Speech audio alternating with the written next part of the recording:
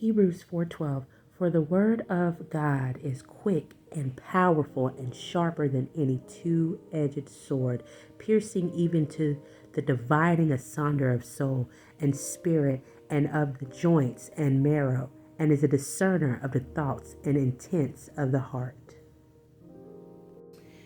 When you think of boiling pot, you think of something that is hitting the head, it's coming to the top, it's overflowing, it's so hot that it's steaming, it's ready to go. 1 Chronicles 10:9. So they stripped him and took off his head and armor, and they sent word throughout the land of the Philistines to spread news to their idols and their people. In Ezekiel chapter 24, verse 5, take the choicest sheep of the flock and stack the logs all around under the pot. Boil the pieces and cook the bones inside it. Verse 6, therefore this is what the sovereign Lord says. Woe to the city of bloodshed, the rusty cooking pot, whose rust has not been removed. Rust means decay, the dead things that are around us.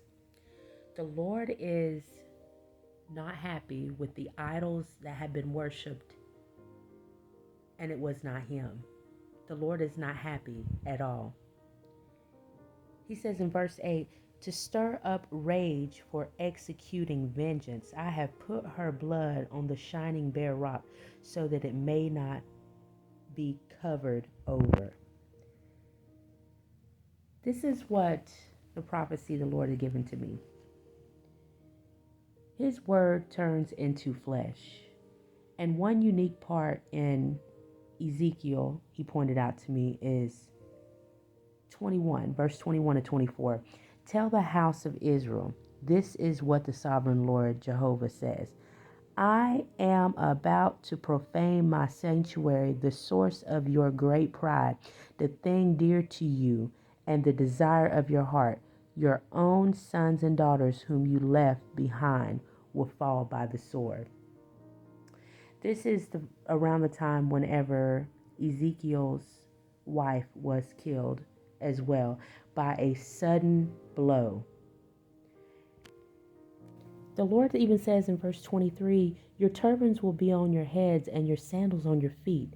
You will not mourn or weep. Instead, you will rot away in your errors. The Lord is addressing idols. And he told them, let Ezekiel be a sign for you of how he destroyed his wife in representation of the idols that were served. Now, I don't know if she was serving idols, but what I do know is it was an example for the people to know what will happen to them if they serve idols. The angels are troubling the waters.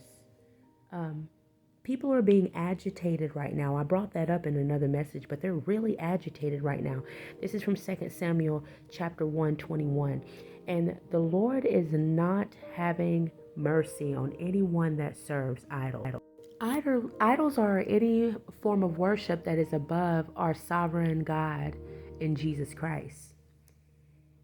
And he's saying, let this be a sign to you. This is what I will do to you. In 1 Chronicles 10, it says that Saul died for the unfaithfulness he had shown against Jehovah because he had not obeyed the word of Jehovah, also for consulting a spirit medium instead of inquiring of Jehovah. So he put him to death and turned the kingship over to David, the son of Jesse. That is 1 Chronicles chapter 10, verses 13 and 14. The Lord is saying clearly today to me that we are at the boiling pot. He is about to react. He is about to place his judgment upon those who did not seek him first. In the midst of this, as one is getting put to death, another nation will rise. Just like they told Jesus when the Romans said, it is better for one to die than the whole nation, and they put Jesus to death. Well, the Lord is putting those idols to death. And he said it is better for one to die than for his nation